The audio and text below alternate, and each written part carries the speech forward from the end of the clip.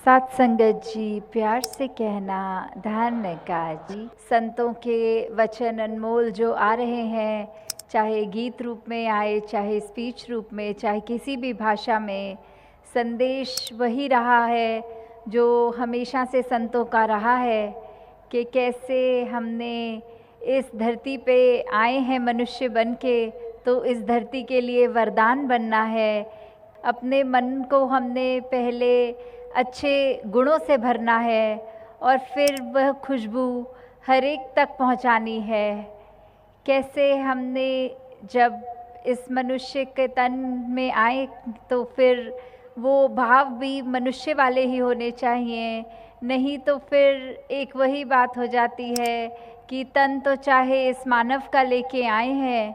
पर अपने कर्म हम ऐसे खराब कर रहे हैं कि वो एक धरती पे अभिशाप का रूप बन रहे हैं। तो कैसे हमने एक मिलवर्तन, एक भाईचारे से ऐसे दिल में प्यार एक दूसरे के लिए रख के, एक इज़्ज़त करते हुए हर एक की ऐसी समदृष्टि वाली निगाह बनाकर हर एक के लिए, क्योंकि जैसे कहा गया है कि every soul is potentially divine, कि एक पोटेंशियल है हर एक के अंदर कि हम अपने असली रूप, हमारे स्रोत इस परमात्मा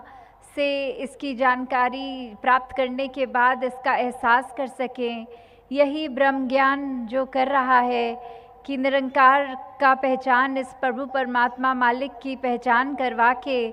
फिर हमारा जीवन कैसे उसके एहसास में सेवा, सुमिरन, सत्संग द्वारा ये रहता है। और रहने के बाद फिर हर पल में जब वो सांस सांस में सिमरन वाली बात होती है, कैसे ये एहसास में फिर सारे कर्म होते हैं, चाहे हम कुछ भी कर रहे हों दिन भर, पर ये परमात्मा का एहसास रहता है।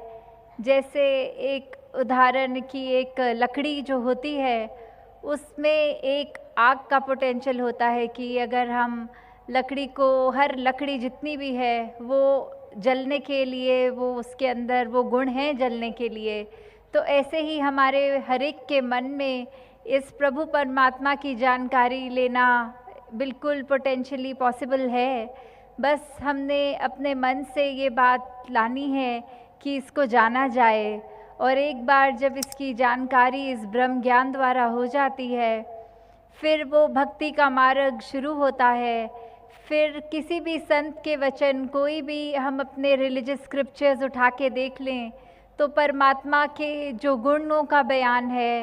वो सब यही कह रहे हैं कि तू कहे कागज़ की लेखी, मैं कहूँ आँखन की देखी वाली बात, कि अपने आँखों से देखने के बाद अगर वो मैच किया जाए कि युगों युगों से जो संतों ने परमात्मा की पहचान कही है, जो कटता नहीं, जो गीला नहीं होता, जो कण कण में है, ऐसे अनेक परिभाषाओं से जब मिला के खुद देखेंगे तो ये वही परमात्मा है। कैसे हमने अपने जीवन में जब ये परमात्मा को डाल लिया तो फिर हमारा अपने आप ही वो मनुष्य वाला व्यवहार शुरू हो जाता है। कैसे हम हर एक से फिर प्यार करना शुरू कर देते हैं। वो बात की है, अपने स्रोत्र का ही पता लग गया इस परमात्मा का, तो हर एक को उसी में देखना, हर एक से जब भी मिलना ऐसा एहसास आएगा कि मानो हम अपने आप से ही मिल रहे हैं। वो प्यार वाली बात आएगी, वो एक दिल में विशालता आएगी। कैसे हम हर एक के जीवन में एक ज़ख्म पे मरहम लगाने का काम करेंगे, ना कि ज़ख्म पे नमक लगाने का। हर एक के दर्द को बांटकर उनके आंसू पोंछने का काम करेंगे। ये सारे गुण और भी जितने भी हैं एक जीवन को सुंदर बनाने के लिए, वो फिर जीवन में अपने आप ढलते जाते हैं। कोई भी स्थिति हो उसके लिए हमें ये जागरूकता अपने अंदर, ये चेतनता लेनी है कि इस स्थिति में हमारा रिएक्शन क्या होना चाहिए, कि ऐसा होने पे हमें क्या अब इसके लिए ये क्या उसके कर्म करना चाहिए। कि अगर बहुत ही गर्मी पड़ रही है तो फिर एक हमें हीटर नहीं चलाना, हमें आग जला के अपने हाथ नहीं सेकने, बल्कि उस समय हमें पंखा चलाने से ही वो शीतलता मिलती है। तो वैसे ही हमें अगर संसार में ये देख रहे हैं कि आज नफ़रत फैली हुई है, ये दुनिया अलग-अलग भ्रमों में फँसी हुई है,